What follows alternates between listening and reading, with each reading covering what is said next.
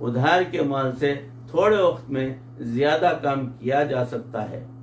یہ جسم ہمارے پاس ادھار کا مال ہے، خوش نصیب وہی ہوگا جو اس ادھار کے مال سے تھوڑے وقت میں زیادہ کام کرے گا۔ جیسے گاڑی کی اسٹیئرنگ پر بٹھا دیں تو ڈرائیو کرنے والا اس کو اپنی مرضی سے ڈرائیو کرتا ہے۔ اللہ رب العزت نے اس باڈی کی اسٹیئرنگ پر ہمیں بٹھا دیا، اس کو چلاؤ جیسے تم چلا سکتے ہو۔ اب رینٹ پر کار آپ لے لیں اور 2 دن گھر میں رکھیں تو کرایہ تو پورے کا پورا ادا کرنا پڑے گا، چاہے گاڑی چلے یا نہ چلے، اور کام سمیٹ لیں تو اچھا ہوگا۔ اللہ رب العزت نے جو مہلت ہمیں دی ہے وہ تو کر گزرنی ہے، کچھ نہیں کریں گے مہلت پھر بھی گزر جائے گی، دن بھی گزر گیا، رات بھی گزر گئی، لیکن ہم سوچا تو کریں کہ ہم اپنی زندگی کے اس وقت میں کتنا کام کر رہے ہیں۔ آج کل کے نوجوان 8 گھنٹے نیند پوری نہیں ہوتی، 9 گھنٹے نیند پوری نہیں ہوتی، وہ کہتے ہیں کہ جو سوتے ہیں وہ کھوتے ہیں۔ اب کھوتے کا ترجمہ آپ انگلش میں کریں تو لوز بنتا ہے، دی لوز، اور اگر پنجابی میں کریں تو شاید بہترین ترجمہ وہی ہوگا، زندگی سو کر گزارنے کے لیے نہیں بنی، کام کرنے کے لیے بنی ہے۔ یہ وقت کے لمحات سونے کی ڈلیوں کی مانند ہیں۔ ہمارے اکابر نے کہا الوقت من الذهب والفضة، کہ سونے اور چاندی کی ڈلیوں کی مانند ہے وقت کی قدر، تم اس کو ان کی طرف قیمتی بنا سکتے ہو۔ اس لیے موت کے وقت انسان کہے گا کہ ایک لمحہ مجھے اور مل جائے، تاکہ ایک لمحہ اس کو اس وقت میں کر لیا جائے تاکہ پچھتاوا باقی نہ رہے۔ چنانچہ محسن انسانیت حضور اکرم صلی اللہ علیہ وسلم نے بتلایا کہ 5 نعمتیں ہیں، ان کی قدر کرو اس سے پہلے کہ یہ تم سے ضائع ہو جائیں۔ پہلا، زندگی کی قدر کرو موت آنے سے پہلے، جوانی کی قدر کرو بڑھاپا آنے سے پہلے، صحت کی قدر کرو بیماری سے پہلے، مال کی قدر کرو غربت آنے سے پہلے، فرصت کی قدر کرو مشغولیت آنے سے پہلے۔ بھائیوں، عزیزوں، بزرگوں، دوستوں، معزز خواتین، ہماری ماں بہنوں، سلسلہ گفتگو کا چل رہا ہے۔ انشاءاللہ بات کو یہیں سمیٹتا ہوں، اس کی اگلی کڑی انشاءاللہ اگلی نشست میں آپ کے روبرو پیش کرنے کی کوشش کروں گا۔ اللہ رب العزت اس عاجز کو بھی، آپ تمام کو بھی وقت کی صحیح معنوں میں قدر کرنے کی توفیق عطا فرمائے۔ تھوڑے سی وقت ہماری زندگی کا بچت ہے، باقی ہے، اس وقت میں زیادہ سے زیادہ اعمال کر کے توشہ ہمارا مضبوط بنا لیں، تاکہ قبر کی زندگی، برزخ کی زندگی، پلسرات کی زندگی، حشر کی زندگی ہماری وہاں کام آ جائے۔ بھائیوں، وقت کو ضائع نہ کریں، وقت کی قدر کریں موت آنے سے پہلے۔ اللہ رب العزت ہم سب کو اس بات کو سوچ کر سمجھ کر زندگی گزارنے کی توفیق عطا فرمائے۔ اللہ ہمارے دلوں کو دین کے لیے کھول دے، اللہ ہمیں احساس عطا فرمائے، اللہ مرتے دم تک پروردگار کسی کا محتاج نہ بنائے، ایمان پر اور کلمے والی موت پر ہمارا خاتمہ فرمائے۔ ربنا تقبل منا انک انت السمیع العلیم وتب علینا انک انت التواب الرحیم۔ صلی وسلم علی حبیبک سیدنا و مولانا محمد و آلہ و صحابہ اجمعین برحمتک یا ارحم الراحمین والحمد للہ رب العالمین۔ السلام علیکم ورحمۃ اللہ وبرکاتہ۔